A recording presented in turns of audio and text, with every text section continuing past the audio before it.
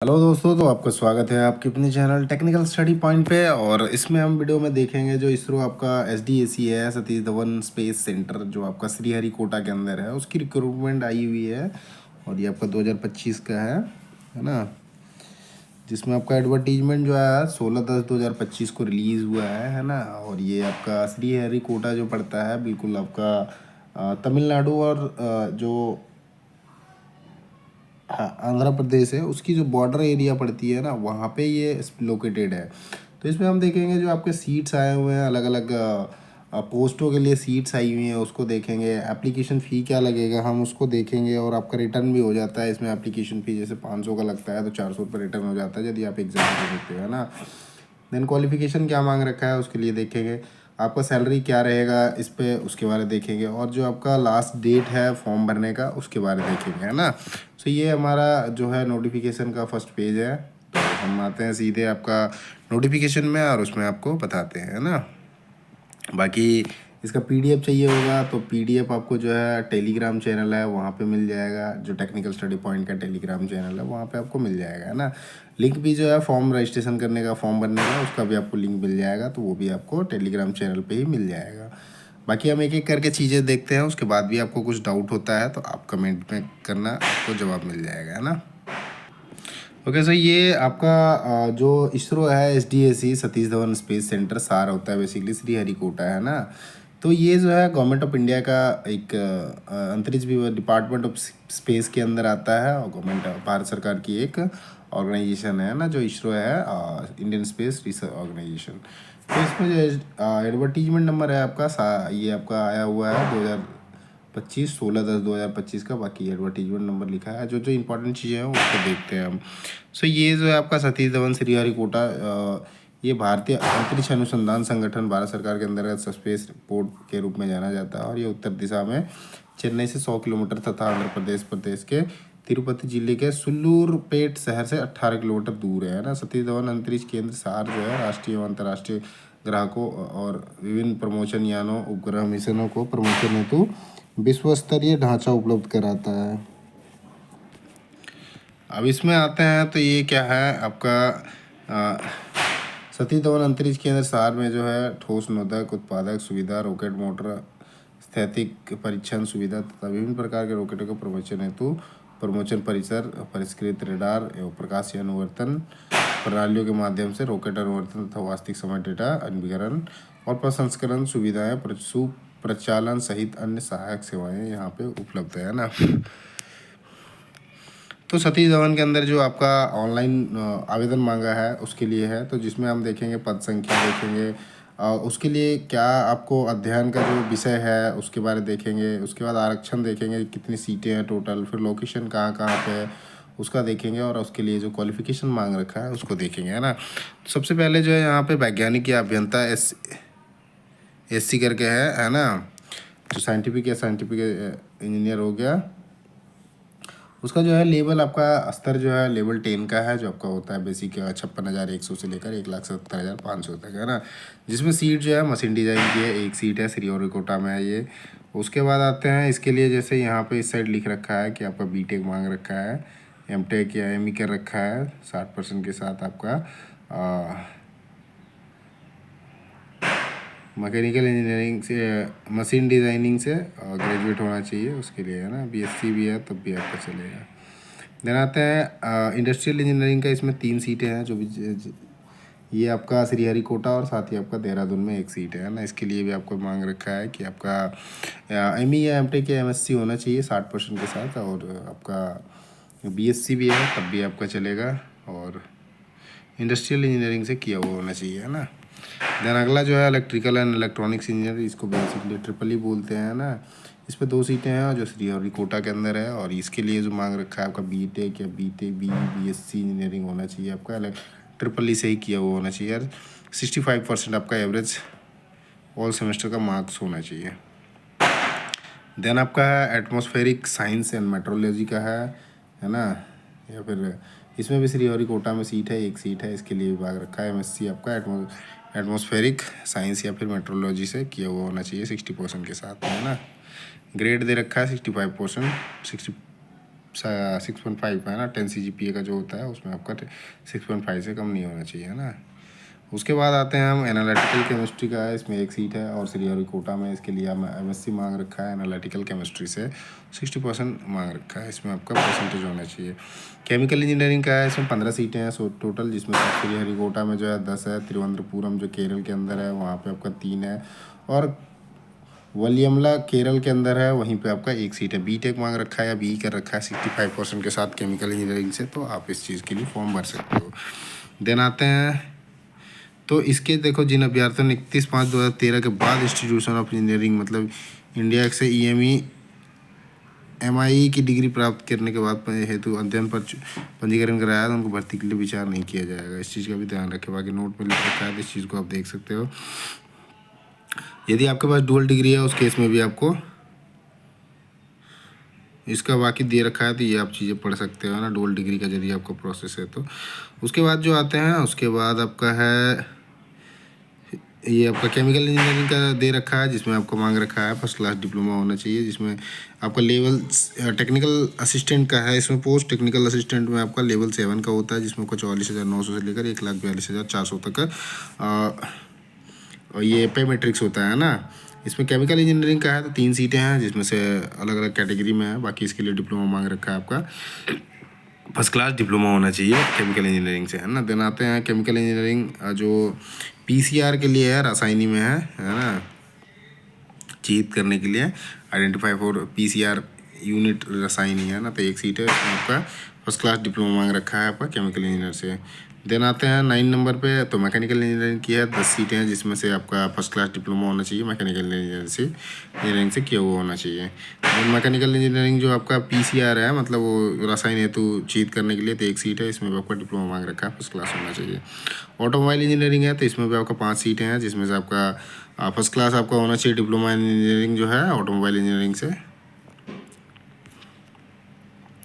Then आते हैं electrical engineer और इलेक्ट्रॉनिक्स इंजीनियर, इसमें 2 सीटें हैं, जिसमें से फर्स्ट क्लास डिप्लोमा ही इसमें मांग रखा है ना। सिविल इंजीनियरिंग में आते हैं, एक सीट है आपका, इसमें फर्स्ट क्लास डिप्लोमा सिविल से होना चाहिए। कंप्यूटर इंजीनियरिंग की 2 सीटें हैं, इसमें आपको first class diploma computer science engineering से किया हुआ होना चाहिए, है ना। 15 नंबर में इलेक्ट्रॉनिक्स एंड संचार इलेक्ट्रॉनिक एंड कम्युनिकेशन इंजीनियरिंग, इसमें 2 सीटें हैं। अब इसमें भी फर्स्ट क्लास डिप्लोमा मांग रखा है, बाकी कैटेगरी वाइज यहाँ पर सीट दी हुई है ना। इलेक्ट्रॉनिक्स एंड संचार इलेक्ट्रॉनिक एंड कम्युनिकेशन इंजीनियरिंग जो PCR मतलब आइडेंटिफाई फॉर PCR यूनिट रासायनिक के लिए, तो इसमें आपका एक सीट है, और ये आपका जनरल के लिए है, और इसमें भी फर्स्ट क्लास डिप्लोमा मांग रखा है।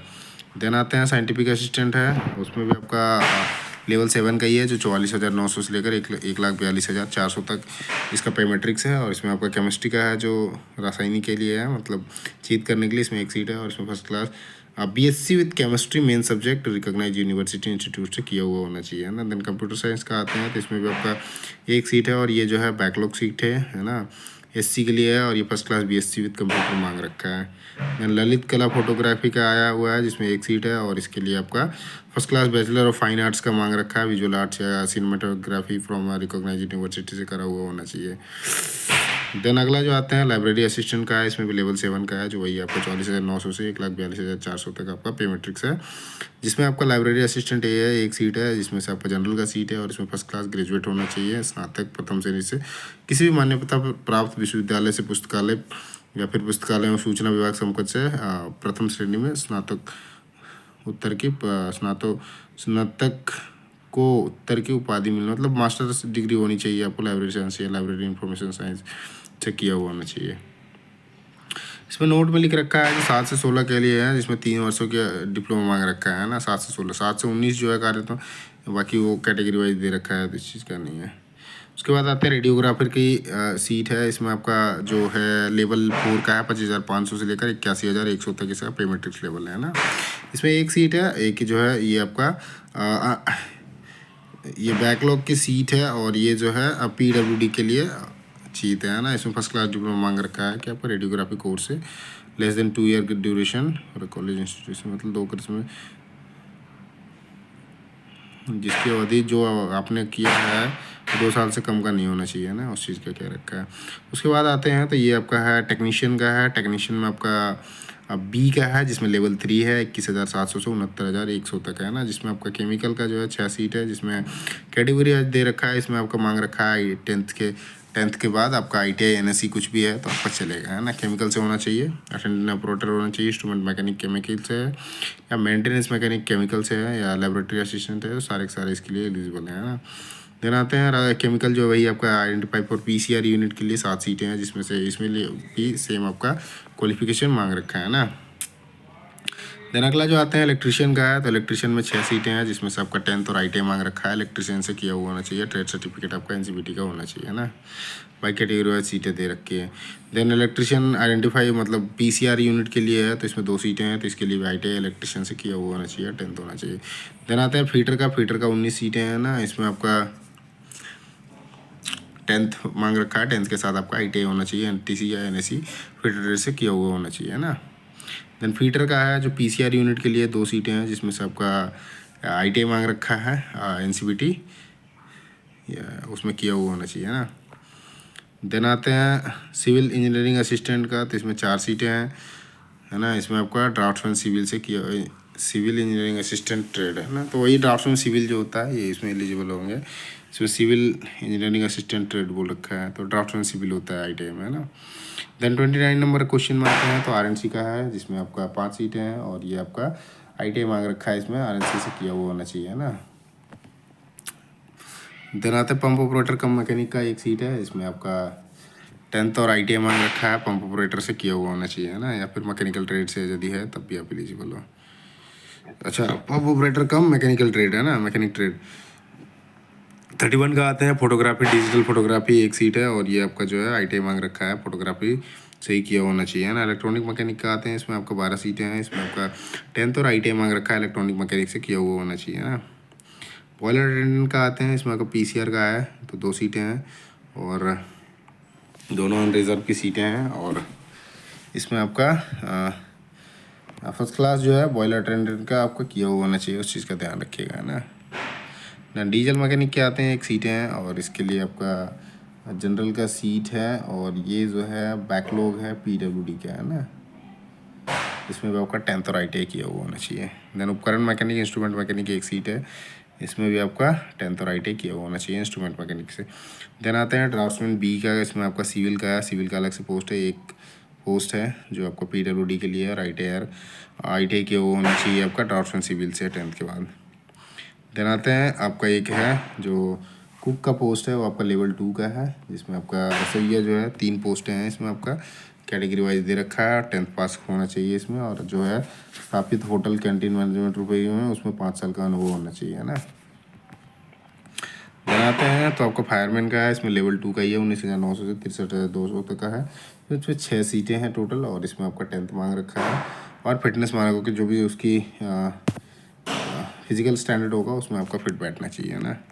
देन आते हैं लाइट मोटर व्हीकल का जो है, लाइट व्हीकल ड्राइवर का, उसमें आपका 3 सीटें हैं, जिसमें आपका कैटेगरी वाइज दे रखा है अलग अलग करके, और इसमें आपका 10th और 3 साल का एक्सपीरियंस मांग रखा है आपका ड्राइविंग का, लाइट मोटर व्हीकल का, है ना। मस्ट लाइट मोटर व्हीकल का ड्राइविंग लाइसेंस भी होना बहुत ही ज़रूरी है ना इसमें आपको। देन आते हैं अगला पद 8 जो है आज के लिए चाहिए 2139, इसमें एक सर्विसमैन का कुछ है। बाकी नर्स का देखते हैं, तो नर्स का जो है आपका लेवल 7 का है, 44,900 से 1,42,400 तक है, 1 सीट है।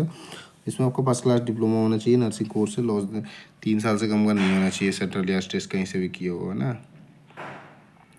उसके बाद कुछ सीटें और भी है, जैसे vacancy advance data processing research institute का है, सिकंदराबाद जो तेलंगाना में है, उसमें आपको कुछ सीटें हैं।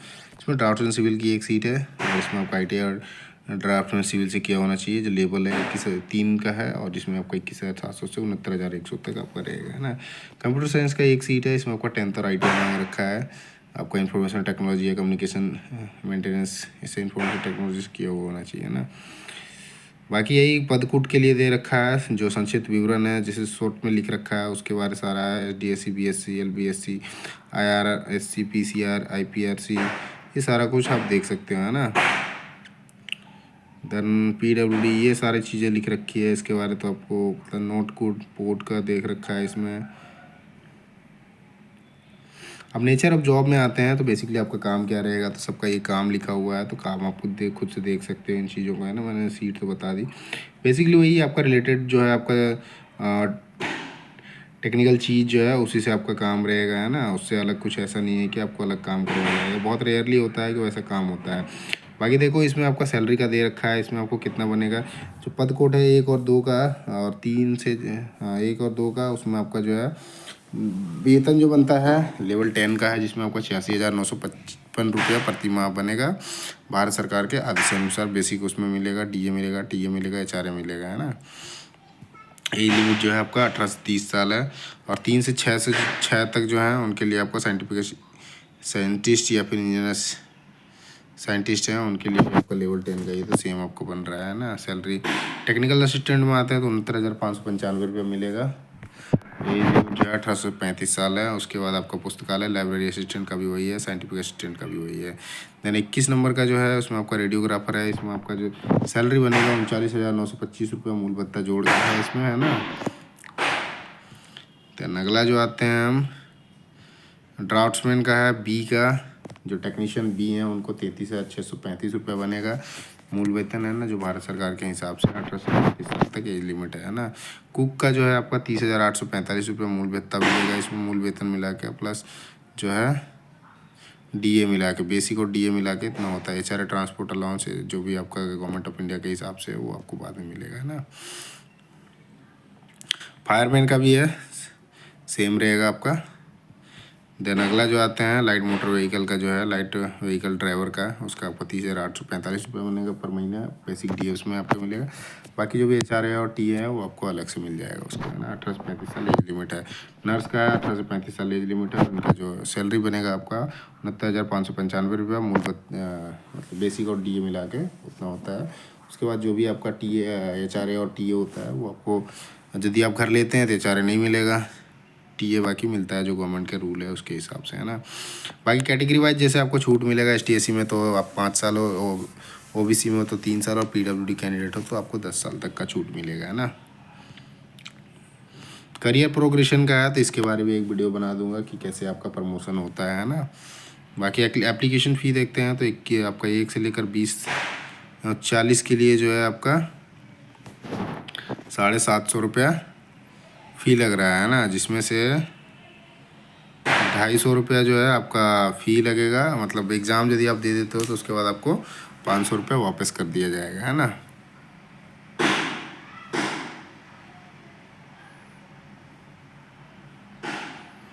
₹750 वापस दी जाएगी। अच्छा, जो कैंडिडेट हैं जैसे आपका महिलाएं हो गई, अनुसूचित जनजाति हो गई, पीडब्ल्यूडी या भूतपूर्व सैनिक हैं, उनको 700-750 रुपये जो फ़ी लगेगा वो सारा का सारा वापस कर दिया जाएगा। बाकी जो आपके दूसरे कैंडिडेट हैं जैसे जनरल ओबीसी और ईडब्ल्यूएस कैंडिडेट हैं उनके लिए जैसे लगेगा आपका 750 रुपये, जिसमें से 250 रुपये जो है कटौती कर ली जाएगी और 500 रुपये जो है आपको वापस कर दिया जाएगा। उसके बाद आपका 21 से लेकर 39, 41-42 इसके लिए जो है 500 रुपये लगेगा, है ना, जिसमें आपके टेक्निकल असिस्टेंट या साइंटिफिक असिस्टेंट या फिर जो है उससे नीचे आते हैं इनमें, है ना। तो इनमें 500 रुपये का आपका फ़ी लगेगा, जिसमें से आपका 500 रुपये में आपको 400 रुपया जो है रिफंड हो जाएगा। 100 रुपये आपका आवेदन शुल्क काट लिया जाएगा। पेपर देने के बाद ही आपका 400 रुपये आएगा, है ना। अब आते हैं ऑनलाइन पंजीकरण के बाद में, तो यहाँ पे आपको वो पुष्टिकरण अपलोड कर सकते हैं। संदर्भ में नाम, पंजीकरण, विज्ञापन संख्या, वो सारा कुछ डेटा डालने के बाद आपको डॉक्यूमेंट अपलोड करना है, जिसमें से आपका फ़ोटो जो है 6 महीने से ज़्यादा का नहीं होना चाहिए। उसका डेटा दे रखा है 40 KB तक होना चाहिए। देन आपका सिग्नेचर का है 20 KB तक का है। और STSC जो एक सर्विसमैन की सर्टिफिकेट है उसका भी है, तो कुछ भी आप एक सर्टिफिकेट लगा सकते हो, है ना। देन आपका इसमें आपका 1 MB तक का है कि आपका जो भी ITI कर रखा है 10th का डालोगे तो ये 1 MB से ज़्यादा नहीं होना चाहिए। किसी आप गवर्नमेंट ऑर्गेनाइजेशन में काम कर रहे हो तो आपको नो ऑब्जेक्शन सर्टिफिकेट लगाना पड़ेगा, है ना। बाकी नोट में ये चयन प्रक्रिया का दे रखा है, बाकी सबका आपका कैसे होगा बोल के, है ना। तो सबसे पहले आते हैं जो पहला है उसमें आपका साइंटिफिक असिस्टेंट का है, साइंटिस्ट का है ना। साइंटिस्ट में आपका दे रखा है कि 75 मिनट का टाइम रहेगा। टोटल क्वेश्चन जो है 60 रहेंगे, है ना। मैक्सिमम मार्क्स जो है आपका 80 मार्क का है, 90 मिनट उसमें टाइम मिलेगा। बाकी इसमें प्लस करोगे तो आपका सही करोगे तो 1 नंबर और कटौती करी जाएगी 1/3 करी जाएगी, है ना। इसी तरह से आपका सबका क्वेश्चन है। अब जैसे इसमें आपका पार्ट बी का जो है आपका पार्ट ए पार्ट बी रहेगा, जिसमें से आपका एप्टीट्यूड है इसमें अलग अलग, एप्टीट्यूड 20 मार्क्स का है ना, 20 क्वेश्चन रहेंगे इसमें, जिसमें 20 अंक मिलेगा, 30 मिनट टाइम मिलेगा। MCQ टाइप का क्वेश्चन रहेगा। देन पार्ट सी है जो आपका, इसमें आपका 30 मिनट का है, जिसमें 20 मार्क्स के रहेंगे, और इसमें आपका अधिकतम का नहीं लिख रखा है ना, 100 अंक टोटल। इस तरह से आपके 100 अंक के परीक्षा होंगे। पास क्राइटेरिया जो है आपका 50% होना चाहिए आपका, पार्ट A, B और C तीनों मिला के। 1 से 6 जो है वर्क के, उसके लिए ये दे रखा है। बाकी आपका 2 से 5 के लिए जो है, 1 और 6 के लिए है ना, 2 से 5 के लिए आपका 50%, सेम चीज़ है, 60% एग्रीगेट होना चाहिए। देन आपका टेक्निकल असिस्टेंट का दे रखा है, इसका भी पेपर इस तरह से आपका है कि 80 क्वेश्चन रहेंगे, 100 मार्क्स के रहेंगे। सारा आपका MCQ टाइप का क्वेश्चन रहेगा, है ना, जिसमें आपके आ जाते हैं, कौन कौन आते हैं आपका, assistant, library assistant, technician B और ड्राफ्ट्समैन B। तो 80 क्वेश्चन रहेंगे, जिसमें आपका 1.5 घंटे का टाइम मिलेगा, और सही क्वेश्चन करते हो तो 1 नंबर, और कटक गलत करते हो तो 1/3 आपका काट लिया जाएगा। पोस्ट क्राइटेरिया का दे रखा है कि अनरिजर्व कैटेगरी के लिए आपका 80 में से 32 अंक, और स्किल टेस्ट 100 में से 50, मतलब पासिंग मार्क्स के लिए, है ना। सो बाकी यही है रेशियो स्किल टेस्ट के लिए है। देन आते हैं हम सेंटर का, तो साइंटिफिक इंजीनियर जो है, इनके लिए जो है 5 सेंटर दिया है, जिसमें चेन्नई है, त्रिवेंद्रम है, बेंगलोर है ना, देहरादून है, और गुंटूर में है। देन बाकी जो भी पोस्टें हैं उनके लिए 19 शहर बनाए गए हैं, जिसमें से आपके जो है गुंटूर है, विशाखापट्टनम है, तिरुपति है, गुवाहाटी है, पटना है, न्यू दिल्ली है, अहमदाबाद है, बेंगलोर है, त्रिवेंद्रनाथपुरम है, भोपाल है, मुंबई है, आपका नागपुर है, भुवनेश्वर है, चेन्नई है, तिरुनेवेली है, हैदराबाद है, लखनऊ है, देहरादून है, और कोलकाता है। इस तरह से टोटल जो आपका एग्ज़ाम सेंटर है 19 है, और साइंटिस्ट के लिए आपका 5 सेंटर दे रखा है ना। बाकी ये जनरल कंडीशन है आपका फॉर्म भरने का, जो आपका फॉर्म भरने का है, तो इसमें आप 14/11/2025 तक आप फॉर्म भर सकते हो। लास्ट डेट जो है 14/11/2025 है ना।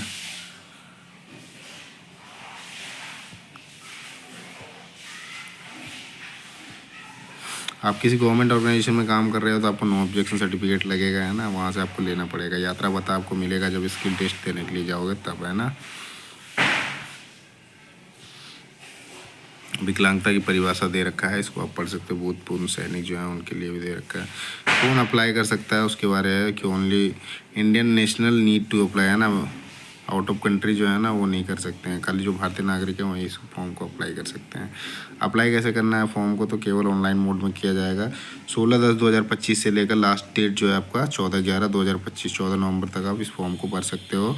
ये आपका लिंक दिया हुआ है कि www.sar.gov.in, तो ये मैं आपका डायरेक्टली लिंक आपका दे दूंगा टेलीग्राम चैनल में, जो आपका टेक्निकल स्टडी पॉइंट है उसमें, तो वहाँ से आप डायरेक्टली देख के फॉर्म भर सकते हो, है ना।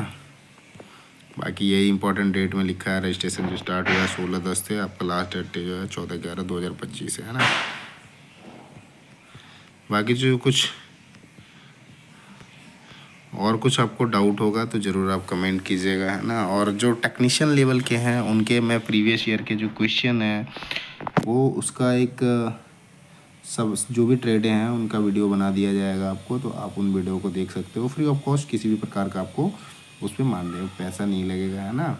सो इस वीडियो को यहीं पे एंड करते हैं। और कौन कौन से ट्रेड के लिए आपको प्रीवियस ईयर के क्वेश्चन चाहिए कमेंट में ज़रूर लिखिएगा, जिससे हम आपको उस क्वेश्चन को बेसिक जो डिटेल्स हैं उनके सारे क्वेश्चंस के कौन से आंसर हैं वो सारे आपको बता दिए जाएंगे, तो वो ज़रूर कमेंट में लिखिएगा। और इस वीडियो को यहीं पे एंड करते हैं। इस तरह से हमने देखा, पूरा का पूरा वीडियो देखा, जिसमें से आपका जितने जो भी डिटेल डाउट्स थे वो सारे क्लियर हो सकते हैं। उसके बाद भी कुछ डाउट है तो ज़रूर कमेंट कीजिएगा, है ना। बाकी टेक्निकल स्टडी पॉइंट से जुड़ जाइएगा, वहाँ पे आपके जो भी अपडेट्स आते हैं, PDF आते हैं, लिंक आते हैं, वहाँ पे दे दिया जाता है, तो आप वहाँ से आप देख सकते हो चीज़ों को, है ना। और जैसे मैंने कहा प्रीवियस ईयर क्वेश्चन का, तो वो भी सारे आपके कौन कौन से ट्रेड के चाहिए होंगे आपको, जिनको चाहिए आप ज़रूर कमेंट में कीजिएगा। तो प्रीवियस ईयर का क्वेश्चन जो है वो उसमें अपलोड कर दिया जाएगा एक्सप्लेनेशन सहित, तो आपको अच्छे से समझ में आएगा, उसका पैटर्न भी समझ आएगा, क्वेश्चन कहाँ से पूछे जाते हैं, ना। सो इस वीडियो को यहीं पे एंड करते हैं। और वीडियो अच्छा लगे तो वीडियो को लाइक करें, चैनल को सब्सक्राइब करें, साथ ही अपने दोस्तों के साथ शेयर करना ना भूलें। धन्यवाद। जय हिंद।